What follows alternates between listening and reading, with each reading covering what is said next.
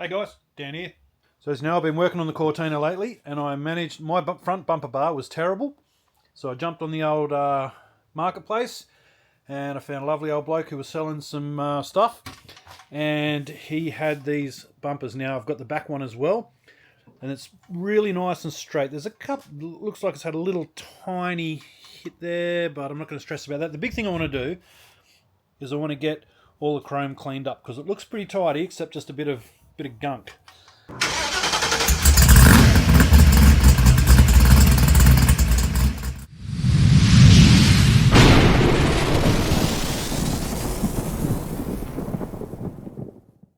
Now, as we know, Desi Autox WA, he has given me this to try out to see how I go with it. Now, this is a Masterson's product, a metal polish. Now, I did some seat surrounds the other day that were reasonable shape, reasonably bad shape like this, just dirty, and they came up really nice. Right, so let's see what we can do with this metal polish and see how it's going to bring up this bar. All right, first I'm going to give it a bit of prep sol. Just give it a good clean.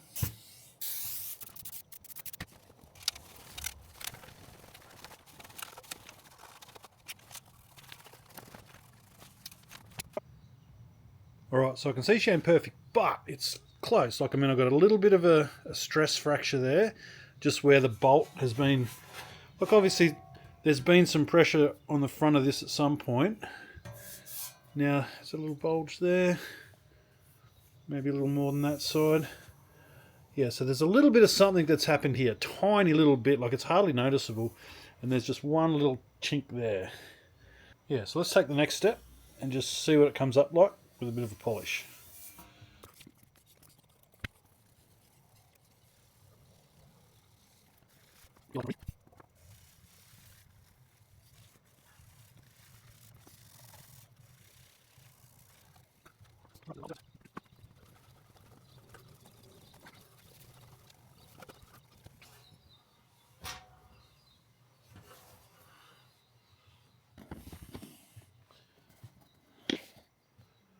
Alright, so let's see if we can see the difference.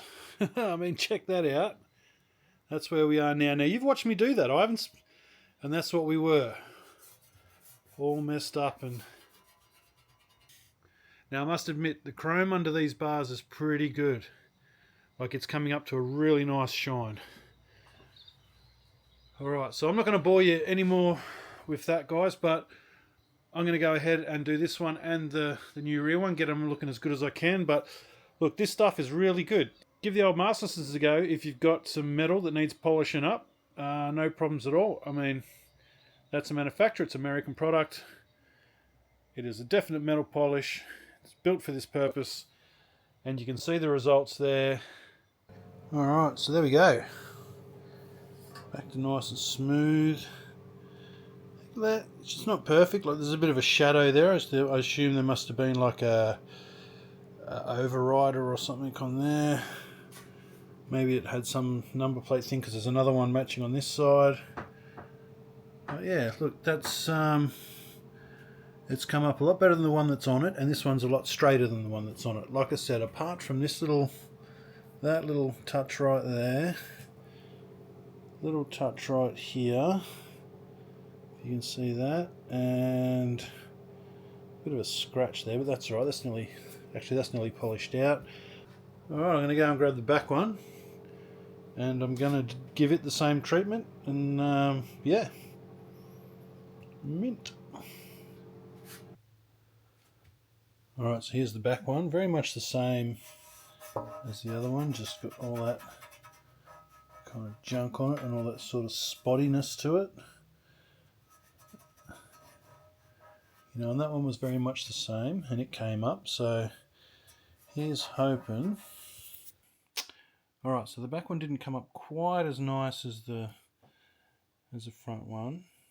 Now, I'm sure there's a way of polishing this up even further, and it's just a bit dull at this end. Like, it's not like it's pitting or anything, it's just dull. So, not sure what to do with that, but I'll be Googling that. But yeah, mainly I was after the front one anyway. And the front one's come up mint, so I'm happy with that. I might not even use this back one, but it's good to know what it's like underneath. A few other things I dragged out the other day. Went through all my indicator lenses and found a couple of pairs. And look how different the orange is. Oh, you can't really see on camera. So anyway, I've got a few of those to choose from. They're all original ones, so they've got cracks and stuff in them, and they're not 100% perfect. But I've cleaned them right up. I used Prepsol to get all the dirt and everything off them, and cleaned inside all the lenses and everything. So they're really nice and good. Again, like that one's a pretty good one. Not much cracking in that one. That one's got a little bit of cracking in there. Next thing to sort out with this bumper will be the black ends. Now I've got plenty of them. I've got a full set on the car, of course. I've got one other rear bumper bar. One of them's a cheap Chinese replacement when we got hit in the back end a while back, many years ago. Actually, I'm really happy with this pickup today. It was only $120 for both of them. So I think that's a bargain in today's day and age, especially since it polished up so good. And I won't have to do anything to that but put the ends on it, chuck it on the car, and it's 100 times better than the one I have. Not perfect, but 100 times better than the one I have. All right, so I ducked around and saw AJ, and I've got the old front bumper bar off the Cortina, and you can see its obvious problem there. And I can't remember doing it, but I must have, because the damage on the skirt knocked the paint off, and that was since I've had it. So the things you forget in your life. But anyway, so that's the old bar, and it's got a massive crack in it there too. Look at that big crack in it. So the main thing I wanted off this bar was these. Now these are in pretty good nick. A little bit of stuff here and there. Now what I'm going to do tonight, I'm going to try and clean them off a little bit and get them looking as spiffy as I can. Here's the other side. That one's pretty tidy, but it's got a bit of scuffing here, but not much I can do about that. So once I've done that, that bar will be ready to go back onto the Corti. And this one will go into just spare parts, stock, whatever. And I might even have a go at just flattening that down one day, which will probably just do everything that I need it to do. But that would need a re-weld and a re-chrome if you were going to do this bar to be any good. Now, because that other rear bar that I got the other day didn't polish up on that other end, I'm going to give this one a go. Now, I'm a bit concerned. Now, I know someone else has done this, but in behind all the rubber, and you can see this rubber's in terrible condition. So you can see behind it is the pressed steel that matches the bumper bar. Look. So you've got that pressing that comes through and it follows through. Now, I know I've seen someone else do this online. He was over east somewhere. And so this is, Nick gave me the idea. The idea is you strip all this rubber off and then you weld that to that from there to there. However you do that. You make it work, I suppose. You might need to put a piece in there, I don't know. Because there is a bit of a gap there, but we'll just have to see where that metal sits in. But anyway, and the idea is to then make that a full bumper bar and then have them re-chromed. All right, well, that didn't go too good. Yeah, we got some bad pitting and stuff there, and I'm not sure if that'll come out or not. And yeah, it's got lots of marks all over, lots of scratches. There's a crease in it there. There's yeah, it's pretty scratched up. Right, so I chucked a bit of paint on those. I don't know what they brushed onto this in the factory or whatever, but there's some weird textures going on there, like something rubberized to seal the rubber on there. I'm not sure, but it was really weird. So I just wanted to clean it up. So I just painted over the top of it, which is fine. And again, even the brackets, there's a bit of they're not 100% smooth either. They've got plenty of rust pitting and stuff in them, but they're behind the bracket, so who cares? I just wanted them to look clean and tidy, nothing more. So that's the front bar, all pretty much ready to be put back together and then put onto the car. I could probably give the mounts a quick hit with some black as well. I might do that before I put it on too. But other than that, that's the front bar kind of all sorted out, or fall its pieces. Yeah, time to get the back bar sorted, which I think I'm going to have to use the one that's on it, unfortunately, which I didn't want to do, but not much you can do. And yeah, look what happened. Now, I spoke about these metal bits under the rubber, and this one was all rusted out and fucked anyway, so I decided to have a look underneath. Now, this one's obviously way too pitted to use. Like, I mean, the rust in there is just unreal. Like, that's a big, deep hole right through it. But yeah, that's what's behind them, and that's what you can sort of... And there is a gap. When it bolts up, there is a gap there. So you'd have to fill that gap, and you'd have to get it all lined up nicely. But it can be done. Like, I mean, yeah, definitely a thing. Now, I've got a few bumper bars, so I could even slice a scallop that would go into that gap and weld that in as well. Because I have more bumper bars than I need, I could get that profile. So that is a possibility to think about.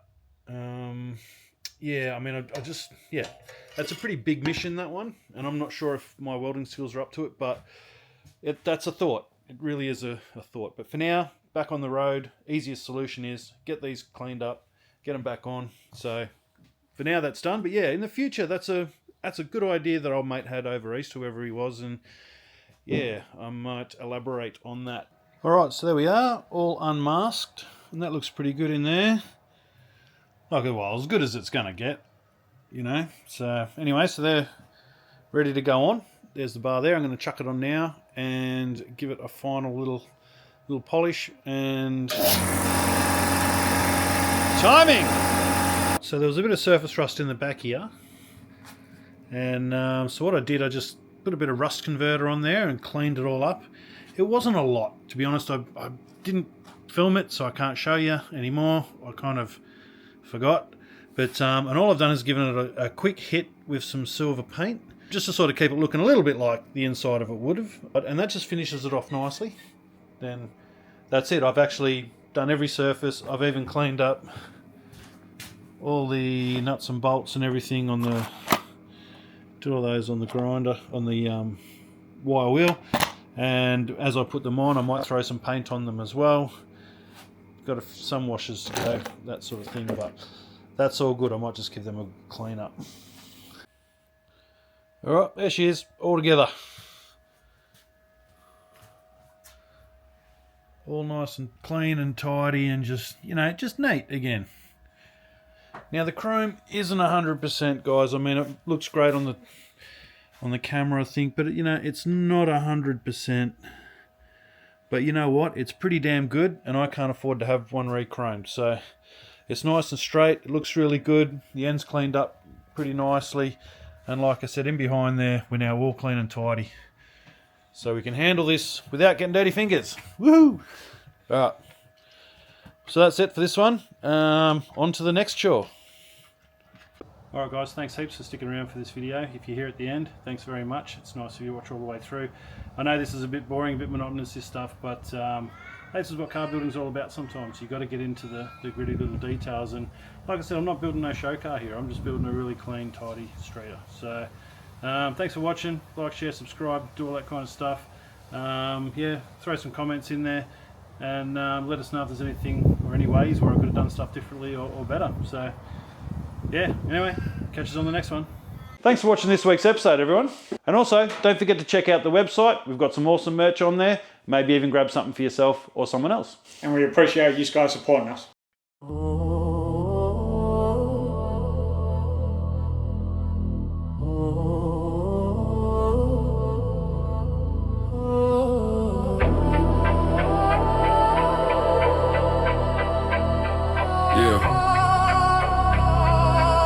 Spark the key, let the beast come alive. Chrome dreams where the wild ones thrive.